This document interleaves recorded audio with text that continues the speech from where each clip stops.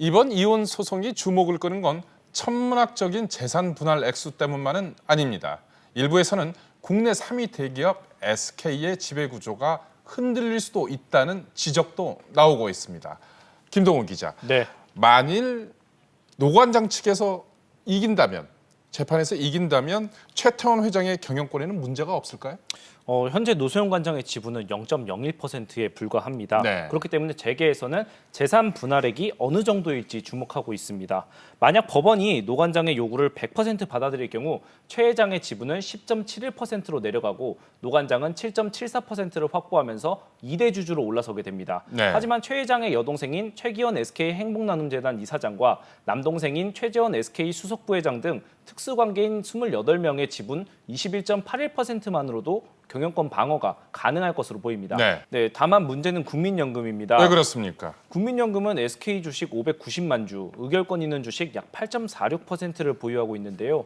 지난해 3월 열린 SK 주주총회에서 최태원 회장의 사내이사 연임 안건이 통과되긴 했습니다만 국민연금은 기업가치 훼손이나 주주권익 침해 이력을 이유로 반대한 바 있습니다.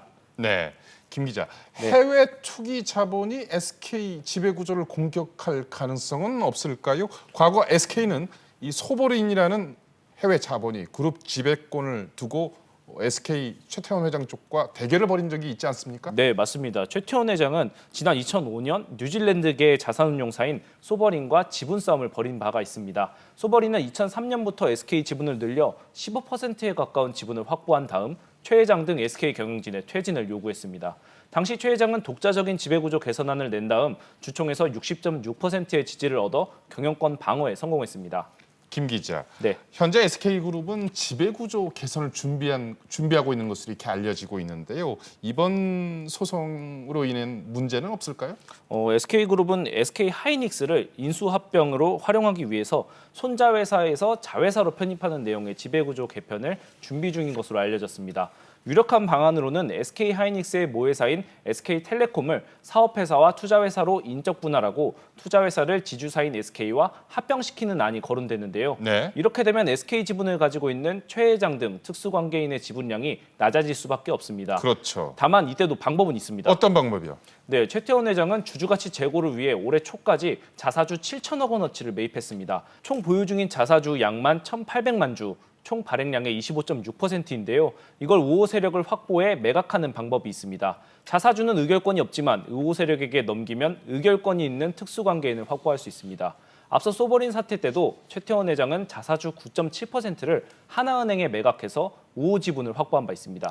오수영 기자, 앞으로 재판 전망 짚어볼까요? 하나 주목되는 게 있어요. 노소영 관장 측이 일관되게 최 회장 쪽에서 소송을 취하하면 재산 분할 소송도 취하하겠다. 이런 의사를 밝혀왔지 않았습니까? 진위가 뭔지 궁금하네요. 네, 앞서 잠깐 언급했던 것처럼 지난 4월 첫 변론기일에 재판부에 밝힌 내용을 지금까지 고수하고 있습니다. 우선은 최 회장이 가정으로 돌아오기를 바라는 마음일 수 있습니다. 다만 일각에서는 이혼의 책임이 최 회장 쪽에 있다는 메시지를 낸 것으로 보고 있는데요. 향후 재산 분할에서 유리한 고지를 점하려는 것으로 분석되고 있습니다. 지금이라도 최태원 회장이 돌아와달라라는 진심일 수도 있고요. 노소영 관장 입장에서는 본인이 이혼을 원하지 않지만 어쩔 수 없는 사정 때문에 이혼을 당한다. 이번 이혼 소송에서의 피해자다라는 점을 강조하고 이러한 부분으로 인해서 재산 분할을 더 받고자 하는 전략일 수도 있습니다. 김동훈 기자, 네. 앞서 쭉 살펴봤습니다만 이번 재산 분할 소송의 핵심, 결국 재산 형성 기여도 이 부분인데요. 네. 부친들의 재산 형성 기여도를 어떻게 봐야 됩니까? 상속 재산으로 봐야 됩니까? 이 부분에 대한 법리적 판단은 어떻습니까? 우선 재산 분할의 핵심 쟁점은 최 회장이 보유하고 있는 SK 지분이 상속 또는 증여받은 재산인지 여부입니다. 네. 이 지분은 최 회장이 지난 1994년에 대한텔레콤 지분 70%를 매입하면서 생긴 주식인데요. 최 회장 측은 아버지에게 증여받은 현금으로 취득했다고 주장할 것으로 알려졌습니다. 법원이 최 회장의 재산을 상속 또는 증여받은 재산으로 판단하면 특유재산으로 분류돼서 재산분할 대상에서는 제외됩니다. 네. 만약 상속재산으로 판단하지 않을 경우에는 노관장의 기여도를 어느 정도 볼지가 관건입니다. 네. 또 하나 혼인기간도 변수입니다. 네. 별거 기간에는 재산 형성에 기여하기 어렵다고 볼 여지가 있기 때문입니다. 네. 최 회장은 지난 2015년 언론에 보낸 편지에서 노관장과 10년이 넘게 깊은 고를 사이에 두고 지내왔다고 했고 2010년에는 혼외자를 낳기도 했습니다. 이걸 보면 혼인 기간 중 약 절반 정도는 별거 상태였던 것으로 보이는데요. 앞서 살펴본 이부진, 이무재 이혼 소송에서도 법원이 재산 형성 과정 기여도를 판단하는 과정에서 혼인 기간 20년 중 절반이 넘는 10년 이상을 별거 상태였다는 점이 반영된 것으로 추정됩니다. 오수영 기자, 앞으로 재판 일정은 어떻게 되나요? 네, 오는 7월 21일 세 번째 변론 기일이 잡혀 있습니다. 두 번째 변론 때 이뤄졌던 재산 목록의 보완 요청에 따른 그 결과를 보고 추가적인 논의가 이뤄질 예정인데요. 재판 전망 한번 들어보시죠. 1조 4천억 원에 달하는 재산 목록이 제출되었다는 점에서 치열한 법정 다툼이 목전에 다가온 것 같습니다.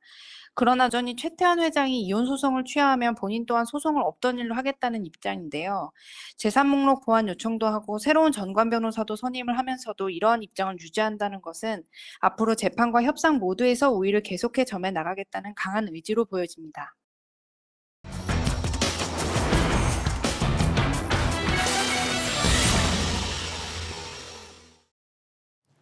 최태원 회장과 노소영 관장의 이혼과 재산 분할 소송, 어찌됐건 안타까운 일입니다. 조단위 재산 분할 소송.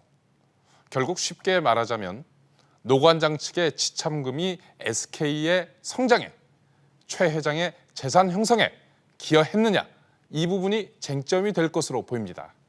앞으로 상황에 따라 당시 정경유착의 속살이 드러날 수도 있습니다. 하나 잊지 말아야 할 것이 있습니다. 유공, 한국이동통신 모두 공기업이었습니다. 거대 기업으로 성장한 SK텔레콤, SK이노베이션, 그 뿌리는 국민의 것이었습니다. 코로나19 때문에 대규모로 일자리가 줄고 있습니다. 누구의 재산인지 국내 대기업 총수로서, 전직 대통령의 딸로서 진지한 성찰을 바랍니다.